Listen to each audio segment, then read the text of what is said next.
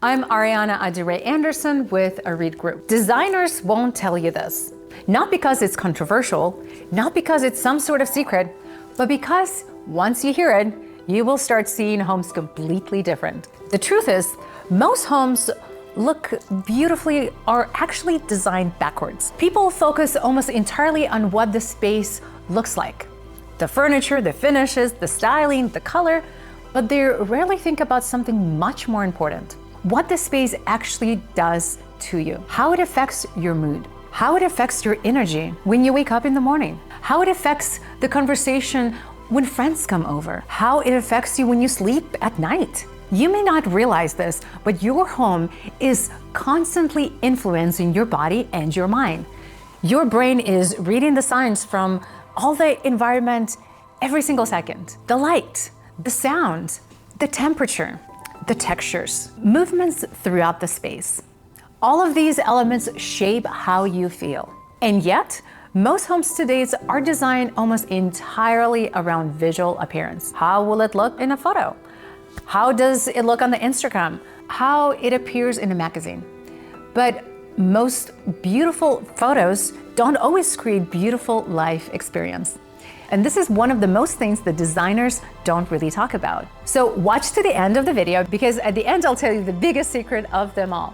Something that completely changes how a home feels and how it's designed. Let me ask you something. Have you ever walked into a home and immediately felt relaxed? You didn't even know why. You just felt comfortable. Your shoulders dropped, your breathing slowed, the space felt welcoming. Now, think about the opposite. You walked into another home, it's technically beautiful, expensive finishes, maybe designer furniture, everything perfectly styled, but something feels slightly uncomfortable, and you can't explain it. You don't feel at ease. The difference usually has nothing to do with the decoration or the furniture. It has to do something called sensory harmony. Your brain is constantly scanning your surroundings for signs, even when you're not aware of it. For example, lighting, brightness, contrast levels, sound that reflects, color temperature difference, the softness or the hardness of a material, openness or compression of a room. All of these things influence your nervous system. If lighting is too bright or too flat, your brain becomes alert. If sound echo in the room, conversations subside and become uncomfortable. If materials are too cold or too rigid, the space may feel visually impressive but emotionally disconnected. When all of these elements are balanced, something interesting happens. Your brain relaxes. You stop analyzing the room, you simply enjoy being here. This is when people say something like, "The house feels really good." They may not even know why, but their body knows immediately. This is where good design actually begins, not with the decoration, but how the space makes people feel. Here's something designers almost never say directly. Now, too many choices can completely ruin a project.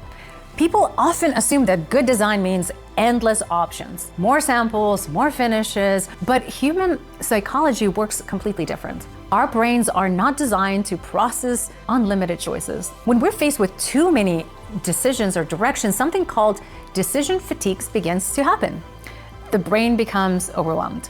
And instead of making a thoughtful decision, we begin making safe decisions. Think about how many choices a homeowner needs to make during a renovation. We have cabinet colors, countertop material, backsplash, lighting, paint, flooring options, and hardware. Now let's add furniture to all of that. Now multiply these decisions across every single room of your home. It can easily become hundreds of choices. Eventually, the brain gets tired. And when that happens, people defer to a safe solution. Neutral everything. Matching furniture, nothing too bold, nothing too personal. The result is often a home looks fine, but doesn't feel memorable. Great designers approach this completely different. They won't expand on options. They will reduce options. They curate and edit. And instead of presenting a client with 50 choices, they present them with maybe 3. Each one carefully considered, each one aligned with an overvision of the project. Luxury design is not about abundance, it's about clarity. And clarity comes from thoughtful restraint. Let's talk about something people often notice but don't always understand. Why do luxury homes feel different? It's not just material, it's not just the budget. Often it's something more subtle. Luxury homes focus heavily on proportion and rhythm. Height of the ceiling, width of the opening, spaces between architectural elements, scale of furniture related to a room. These details create a sense of balance. Your eyes moves through the space. Nothing feels cramped or oversized or too small. This creates a visual breathing room. Other major difference is visual calm.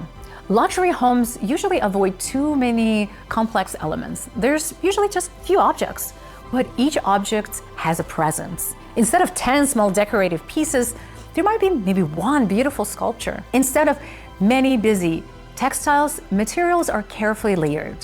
You have stone, you have wood, metal, each one complementing the other. The goal is not visual excitement, the goal is visual harmony. When harmony exists, space feels effortless, almost as if everything naturally belongs there. The sense of ease is what many people interpret as luxury. Now, let's talk about something that is becoming extremely important in design today: visual comfort. These are the elements that dramatically improve how a home feels, but they are almost never noticed visually. For example, you have lighting that changes gradually throughout the day, morning light that energizes the body, evening light that becomes warmer and softer throughout the night. Acoustic design that prevents that sounds of echoing in the space. Ventilation system that keep the air fresh and comfortable.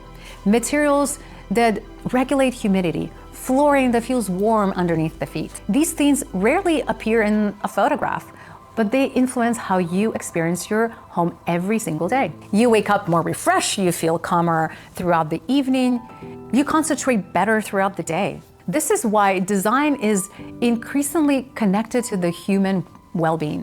The most advanced homes today are not designed to impress people, they're designed to support how people live. Now, let's talk about trends that move increasingly fast. Every year, there's a new color, a new style, a new material that everyone suddenly wants. But trends exist primarily to drive production cycles. Furniture brands need a new collection. Paint company needs a new palette.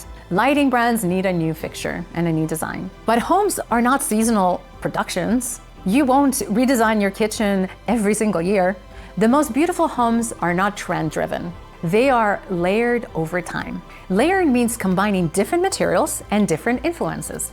Modern furniture with a vintage piece. Natural with materials with a complementary finish. Objects that are collected from travels, art that reflects the personal taste. Layering creates depth. It creates personality. And most important, it creates a home that feels authentic.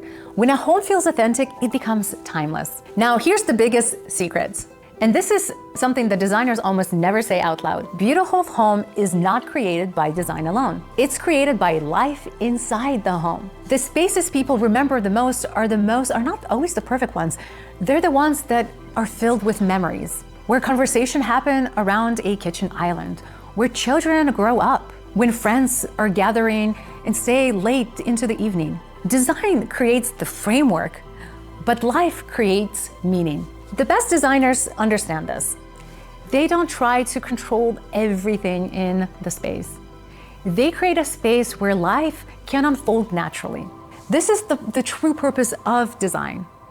Not perfection, but connection. If you enjoyed this conversation about design, subscribe to the channel. I share insight about how homes shape the way we live, psychology behind great spaces, and the things most people overlook when designing their homes. Now, I'd love to hear from you. What is one thing in your home that doesn't quite feel right? Tell me in the comments, because chances are it has nothing to do with your furniture.